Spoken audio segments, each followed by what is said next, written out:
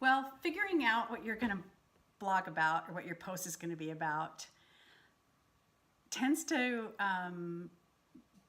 come up. It kind of attaches to you, which happened with me today with my kombucha. I am, as you know, I am in the middle of doing kombucha, and I have 2 different flavors,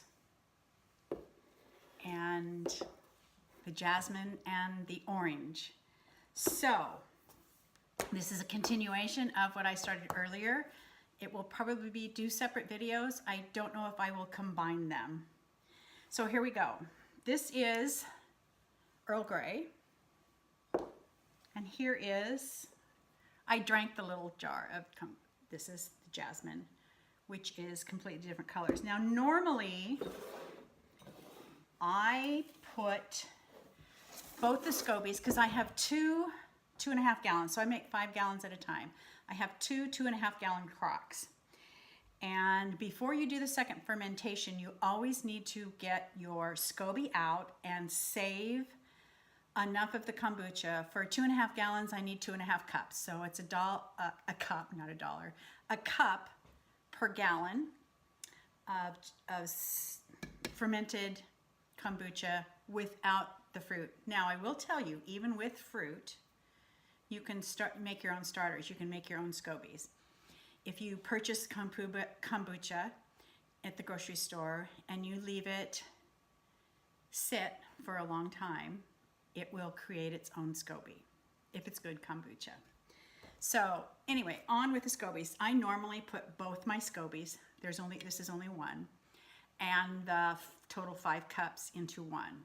However, I am loving the jasmine flavor as is, and I'm going to do some experimentation. So I wanted to keep the Scobies separate along with the juice. So I have my Scobies in 2 different containers, and this is the other one that has the jasmine. So I'm pouring we'll pour the jasmine into the jasmine, and then these stay, here, I'll show you. For some reason, my smaller stand for the phone, for the video, has disappeared. So anyway, you just put it in here, and then I put a cloth over the top, and then I add my fruit to the crocks. I'm using orange for the Earl Grey, and I have 2 bottles that I'm going to fill with the jasmine, 2 of these bottles. And I'm going to add probably a teaspoon of honey per bottle, and then I'll fill them and then cap them. And we'll see what happens with that. Thank you everybody who's been commenting and giving me advice on what flavor I should use with the jasmine tea. I've gotten everything from honey to lemon, ginger. I've thought of peach. Some people think that the ginger is going to be too strong and take away the jasmine flavor. And that just might happen. I don't know that I would make honey jasmine tea. I think that's how you have to look at it. Even though this doesn't taste like jasmine tea, you can definitely taste the jasmine in it. And jasmine is strictly a green tea. So this is all green, and the other one was all black tea. So that being said, I've got some peaches, because I think peach jasmine is going to taste really exceptional. I will not add any ginger, and I don't think I'm going to add ginger to the Earl Grey. I've always drank Earl Grey with orange tea, mix the 2 of them together, and they're really, really good. So that's why we added the orange. Now the peaches are a little too green for me, so I have them sitting out. The orange Earl Grey will be ready before the peach.